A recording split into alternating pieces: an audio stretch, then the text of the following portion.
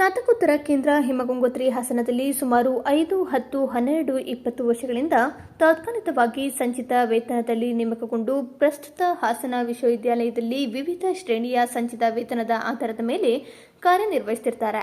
ಹಾಸನ ವಿಶ್ವವಿದ್ಯಾಲಯದಲ್ಲಿ ಕಡಿಮೆ ಸಂಖ್ಯೆಯ ಉದ್ಯೋಗಿಗಳು ಇದ್ದು 10 ಜನ ಮಾಡುವ ಕೆಲಸವನ್ನು ಒಬ್ಬೊಬ್ಬರೇ ಹೆಚ್ಚಿನ ಒತ್ತಡದಲ್ಲಿ ಕೆಲಸ ನಿರ್ವಹಿಸುತ್ತಿದ್ದಾರೆ. ಹಾಸನ ವಿಶ್ವವಿದ್ಯಾಲಯದ ವ್ಯಾಪ್ತಿಯಲ್ಲಿ 54 ಕಾಲೇಜುಗಳನ್ನು ಒಳಗೊಂಡಿದ್ದು ಸುಮಾರು 45,000 ವಿದ್ಯಾರ್ಥಿಗಳು ವ್ಯಾಸಂಗ ಮಾಡುತ್ತಿದ್ದಾರೆ.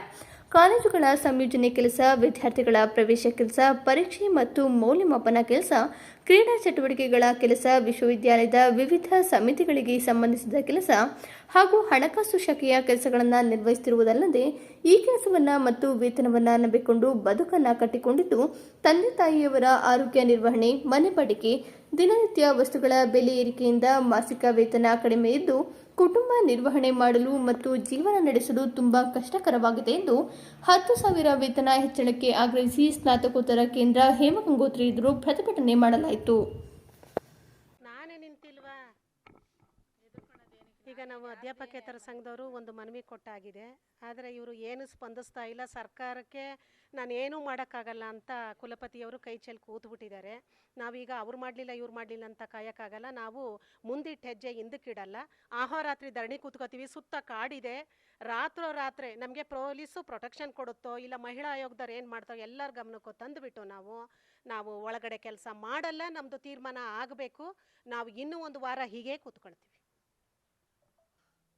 ನೋಡಿ ಸರ್, ಇದು ಇವತ್ತಿನ ಸಮಸ್ಯೆ ಅಲ್ಲ. ಕಳೆದ 7-8 ತಿಂಗಳಿಂದ ಹಲವಾರು ಪತ್ರಗಳಿಂದ ರಾಜ್ಯಪಾಲರ ಆಫೀಸ್ಗೆ ಹೋದರೆ ಡಾಕ್ಯುಮೆಂಟ್ ಕೊಡಿ ಅಂತಂದರೆ ಏನೇನು ಡಾಕ್ಯುಮೆಂಟ್ ಎಲ್ಲ ಕೊಟ್ಟಿದ್ವಿ. ಆ್ಯಸ್ ಎ ಸಿಂಡಿಕೇಟ್ ಮೆಂಬರ್ ನಮ್ಮೆಲ್ಲ ಡಾಕ್ಯುಮೆಂಟ್ಸ್ನ ಪರಿಶೀಲನೆ ಮಾಡಲಿಕ್ಕೆ ಪರಿಪೂರ್ಣವಾದ ಅಧಿಕಾರ ಇದೆ, ನೀವು ಬಂದು ನೋಡ್ಬೋದು ಅಂತ ಹೇಳ್ಬಿಟ್ಟಿದೆ ನಾನು. ಆದರೆ ಮೊನ್ನೆ ನೀವು ಏನೇನು ದಾಖಲೆ ಕೊಟ್ಟಿದ್ರಿ ಒಂದು ಪ್ರೂಫ್ ಕೊಡಿ ಅಂತ ದಾಖಲೆ ಕೊಟ್ಟಿದ್ವಿ ಒಂದು ಮೀಡಿಯಾ ಮುಂದೆ ಚರ್ಚೆ ಆಗ್ಬಿಡ್ಲಿ. ಕೊಡಿ ಒಂದು ಪ್ರೂಫ್ ಕೊಡಿ. ಎಷ್ಟು ಸುಳ್ಳು ಅಂದ್ರೆ ರಾಜ್ಯಪಾಲರು ಸಮೇತ ಇವ್ರಿಗೆ ಪತ್ರ ಬರೆದಿದ್ದಾರೆ ದಾಖಲೆಗಳು ಕೊಡಿ ಅಂತ. ಒಂದೇ ಒಂದು ದಾಖಲೆ ಇದುವರೆಗೂ ಕೊಟ್ಟಿಲ್ಲ.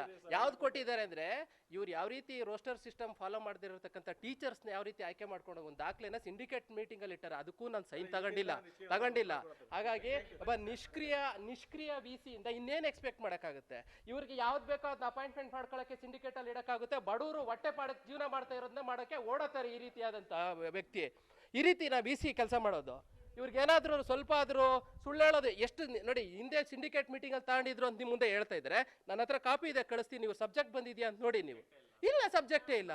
ಎಷ್ಟು ಸುಳ್ಳು ಹೇಳ್ತಾರೆ ಅನ್ನೋದಕ್ಕೆ ನಿಮ್ಗೆ ಇದಕ್ಕಿಂತ ಇನ್ನೇನು ಹೇಳೋಣ? ಒಬ್ಬ VC ಮಾಡೋಣ, ಒಬ್ಬ ನಿಷ್ಪ್ರಯೋಜಕವಾದಂಥ VC ಯಾರನ್ನ ಇದ್ರೆ ಸನ್ಮಾನ್ಯ ತಾರಾನಾಥ್ ಅಂತ ಹೇಳ್ಬಿಟ್ಟು ನಾನು ಗಂಟಾಘೋಷ. ಯಾಕೆ ಅಂದ್ರೆ ಒಂದು ಸಿಂಡಿಕೇಟ್ ಮೀಟ್ನ 45 ದಿನಗಳಿಗೆ ಪ್ರತಿ ಸಾರಿ ಸಿಂಡಿಕೇಟ್ ಮೀಟಿಂಗ್ ಮಾಡಬೇಕು. 8 ತಿಂಗಳು, 9 ತಿಂಗಳು, 10 ತಿಂಗಳಿಗೆ ಒಂದೊಂದು ಸಿಂಡಿಕೇಟ್ ಮೀಟಿಂಗ್ ಸರ್. ಮೀಟಿಂಗ್ ಅಲ್ಲಿ ಈಗ ಸಿಂಡಿಕೇಟ್ ಮೀಟಿಂಗ್ ಇಲ್ಲ, ಈಗ ಹೇಳ್ತೀನಿ. ಲಾಸ್ಟ್ ಮೀಟಿಂಗ್ ಏನಾಯ್ತು ಅಂತ ಹೇಳ್ತೀನಿ. ನಾನು ಹೇಳ್ತೀನಿ ಈಗ ಲಾಸ್ಟ್ ಮೀಟಿಂಗ್ ಹೇಳ್ಬಿಡ್ತೀನಿ. ಕೇಳಿ.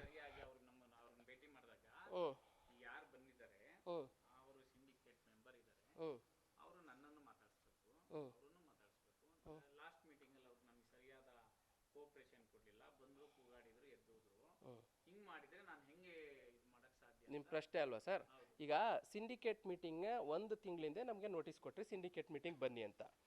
ನಾಳೆ ಬೆಳಗ್ಗೆ ಸಿಂಡಿಕೇಟ್ ಮೀಟಿಂಗ್ ಅಂದರೆ ಇವತ್ತು ಸಂಜೆ 6 ಗಂಟೆಗೆ ರಿಜಿಸ್ಟರ್ನ ರಿಲೀವ್ ಮಾಡ್ತಾರೆ. 1 ತಿಂಗಳಾಗಿರುತ್ತೆ ಅವ್ರದ್ದು ಟ್ರಾನ್ಸ್ಫರ್ ಆಗಿ. ಎಷ್ಟು ದಿನ ಆಗಿರುತ್ತೆ ಸರ್? 1 ನಿಮಿಷ ಹೇಳ್ಬಿಡ್ತೀವಿ.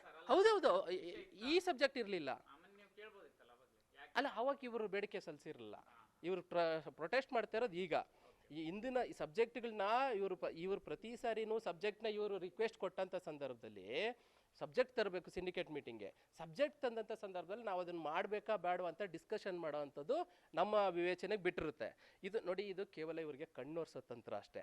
ಇವ್ರಿಗೆ ಮಾಡಬೇಕನ್ನೋ ಇಚ್ಛಾಶಕ್ತಿ ಇದ್ದರೆ ನಾಳೆ ಬೆಳಗ್ಗೆ ಮಾಡೋಕ್ಕೆ ಯೂನಿವರ್ಸಿಟಿಗೆ ಸಿಂಡಿಕೇಟ್ಗೆ ಪವರ್ ಇದೆ. ಯಾಕಂದರೆ ಈಗ ಅನೇಕ ಆರ್ಥಿಕ ಸಬ್ಜೆಕ್ಟ್ಗಳನ್ನ ಇವರು ಅನುಮೋದನೆ ಮಾಡ್ಕೊಂಡಿದ್ದಾರೆ. ಯಾವ ಸಿಂಡಿಕೇಟ್ ಮೀಟಿಂಗಲ್ಲಿ ಇಟ್ಟು ಅನುಮೋದನೆ ಮಾಡ್ಕೊಂಡಿದ್ದೀರಾ? ನೀವು ಕ್ವಶನ್ ಪೇಪರ್ ಪರ್ಚೇಸ್ ಮಾಡಿದ್ದೀರಾ? ಯಾವ ಸಿಂಡಿಕೇಟ್ ಮೀಟಿಂಗಲ್ಲಿ ಇಟ್ಟು ಅನುಮೋದನೆ ಮಾಡ್ಕೊಂಡಿದ್ದೀರಾ? ನೀವು ಯಾರೋ ಒಬ್ಬರ PT ಟೀಚರ್ನ ಇದನ್ನು ತಗೊಂಡಿದ್ದೀರಾ? ಎಲ್ಲಿ ಯಾವತ್ತು ತಂದಿದ್ದೀರಾ ಸರ್? ಈ ಉಡಾಫೆ ಅಂದರೆ ನಮ್ಮನ್ನ ಯಾರು ಏನು ಮಾಡ್ಕೊಂತಾರೆ? ನಾವು ಇರೋದೇ ಹೀಗೆ ಸರ್.